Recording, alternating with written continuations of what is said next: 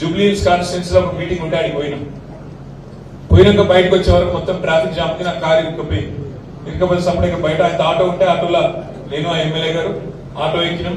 ఆటోలో తెలంగాణ భవన్ పోయినాం. ముచ్చట పెట్టుకుంటే పోయి నా తమ్ముడితో ఏం పేరు తమ్మి అంటే అన్న నా పేరు శాంతం రమేష్ అన్న. ఏ ఊరు అంటే హైదరాబాద్ 25 ఏళ్ళకి చిన్నగా నాది ఆలేరు, అక్కడ మూటకొండూరు అని ఒకటి ఉంటుంది ఊరు, ఆ ఊరు నాది. మరి ఏమైతుంది ఏం సంగతి అంటే మార్పు అని వేసినామన్నా మా పప్పలే ఉంచుకున్నాడు అని చెప్పి అలా 6.5 లక్షల మంది ఆటో అన్న తమ్ముళ్ళు ఏ ఊరికైనా ఉండండి ఆటో వాళ్ళకి ఇంకొకసారి టచ్ అయింది అంతే పొల్లు తిరుగుతాను ఇదేం మార్పు అయ్యారు అంటే ఏమైంది మీరు చూడు. ఇప్పుడు మీరు ఊళ్ళో పోయి రైతులను అడుగుతుంది, రైతుల దగ్గర కోరండి. ఇప్పుడు మా బాలరాజు అని చెప్పి అక్షర సత్యం వెంకకెళ్ళి కృష్ణారెడ్డి చెప్తుండే ఇప్పుడు నాకు చెవుల అన్న నిన్న సేవలలో పొద్దున 10:30 కరెంట్ పోయిందంటే సాయంత్రం 5 గంటలకు వచ్చిందా 5 గంటలకు వచ్చిందని చెప్తుండే. నేను నిన్న సిరిసిల్ల పోయినా. సిరిసిల్లలో మా దగ్గర ఒక మండలం ఉంటది ఎల్లారెడ్డిపేట.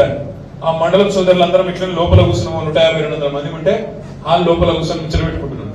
ఇక మరి ఎలక్షన్ ఉంది కదా ఎట్లా చేద్దాం ఏం సంగతి అలా తమ్ముళ్ళు చెప్తారు. అన్న మొదటిసారి మోటార్ కాలిపోయింది అన్న 10 ఏళ్ళ మోటార్లు కాలడం చాలా అయింది. నా ఒక్కందే కాదు చాలా మందికి చాలా అయింది, ఓల్డేజ్ సమస్యలు చాలా అయినాయి, మోటార్లు కాలడం మళ్ళీ మొదలైంది అన్న అన్నాడు. అంటే నేనన్నా మరి నా మెజారిటీ 60,000 తగ్గించారు కదా తమ్మి మార్పు మంచుకున్నది రా నేను.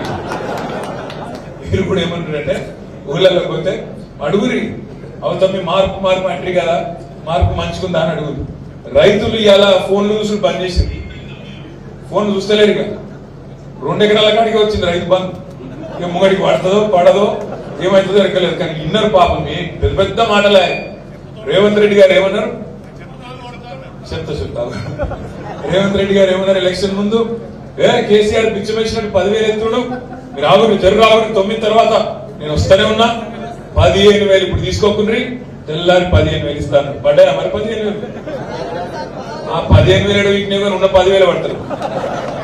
ఇప్పుడు అందరు అందుకే రైతులు ఒకరి చూసుకుంటారు. నిన్న మొన్నటి దాకా అడుగుతున్నారు కానీ నీ కొట్టదా అంటే నీ కొట్టదా అంటే నీ కొట్టదా.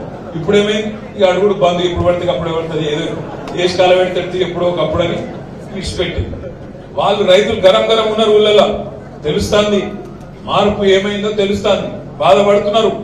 ఎందుకు మరి మా కేసీఆర్ ఉన్నప్పుడు సరిగ్గా వారం 10 రోజులల్లా 7,500 కోట్ల రూపాయలు 70 లక్షల రైతుల ఖాతాలలో ఫోన్లు టింగ్ అనుకుంటే మంచిగా వారం 10 రోజుల్లో పడుతుండే. ఎందుకు కేసీఆర్ కు ఒక ప్రణాళిక ఉండే, ఒక పద్ధతి ఉండే, ఒక వ్యూహం ఉండే, ఏదైనా పని చేస్తే దాని మీద కమిట్మెంట్ ఉండే. మొత్తం 2 నెలల పాటు కష్టపడి 7,500 కోట్లు ఒక పక్కకు పెట్టి రైతులకు సబ్జెక్ట్ కాబట్టి 70 లక్షల మంది రైతుల ముచ్చట కాబట్టి అది కూడా వాళ్ళు నాట్లేసే టైంకు ఎరువులు విత్తనాలకు వాళ్ళకు కూలి పనులకు పైసలు అందాలి కాబట్టి కమిట్మెంట్ తో కేసీఆర్ గారు అట్లా పక్కకు పెట్టి దాన్ని మరి ఒక ముద్దకు తీసుకొచ్చినప్పుడు దాన్ని ఇస్తుంది. ఇలా ఉందా కమిట్మెంట్? నిన్న పోయిన ఒక సమావేశానికి కాంట్రాక్టర్ల బిల్లులు ఇస్తామని మాట్లాడుతారు.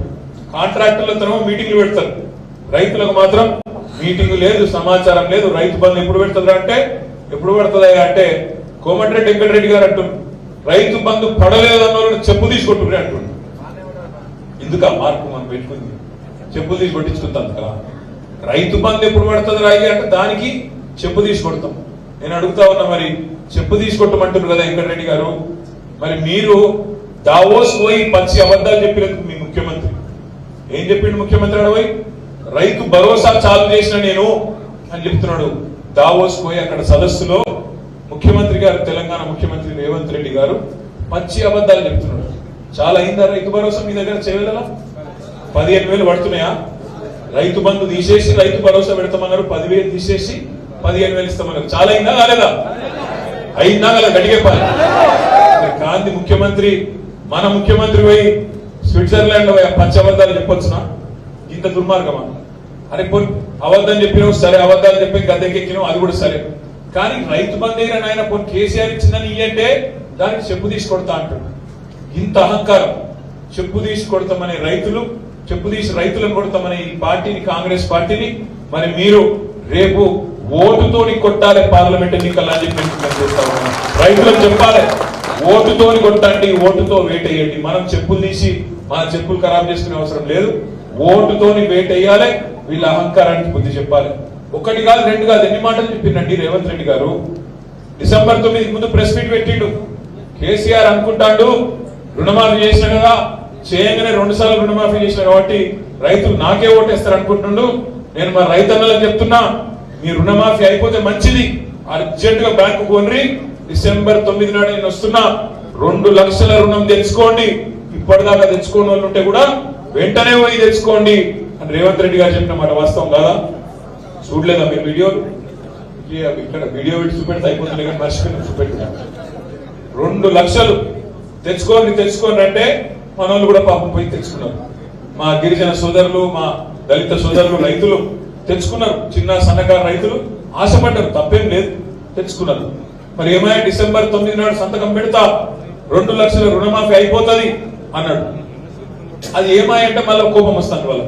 గింత ఎగిరిత పడతారా, గింత ఎత్తి పడతారా? ఎత్తి మేం పడతలేం, ఎగిరితాం మేం పడతలేం, తొందర మేం పడతలేం. మీరే చెప్పారు కదా డేటు 9 డిసెంబర్ అని చెప్పింది ఎవరు, మనమా మీరా? రేవంత్ రెడ్డి చెప్పిండు 9 నాడు సంతకం పెడతాను.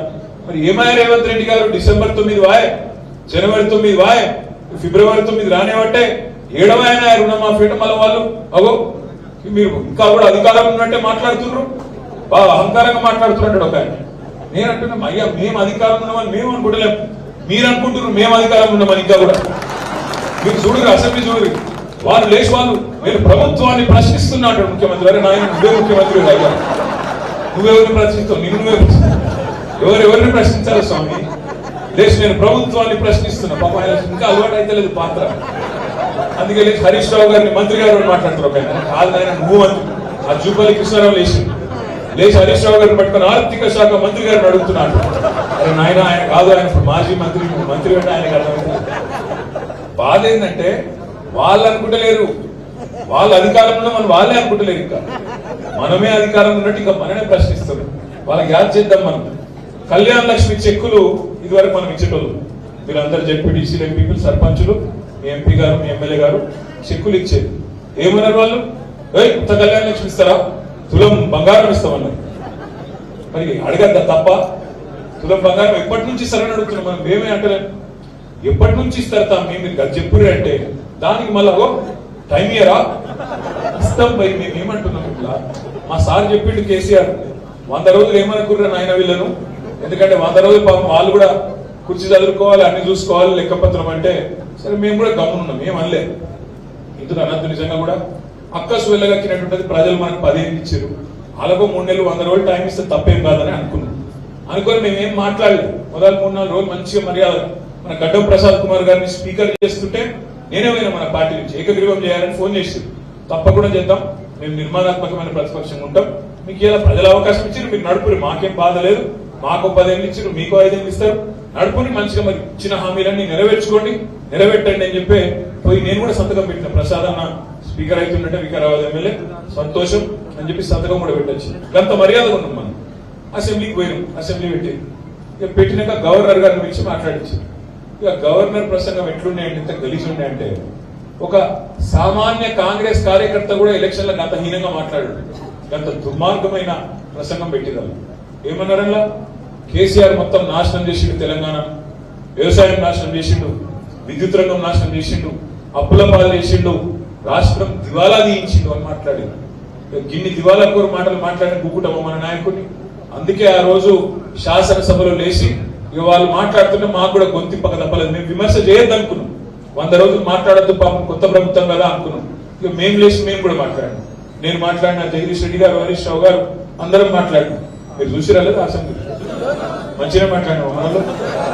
మరి కేసీఆర్ గారు పంపించిన 3 సైనికులు మాట్లాడితేనే రేవంత్ రెడ్డి తట్టుకోలేకపోతున్నాడు. ఏమంటాడు పాపం, మనం ఇంటర్వ్యూలో ఎత్తుకుంటుండు, నేను ఇంకా కుర్చీ చదువుకోలేదు, బావబామర్దులు వచ్చి అటొక చెప్పు ఇటొక చెప్పు వాయిస్తున్నాడు.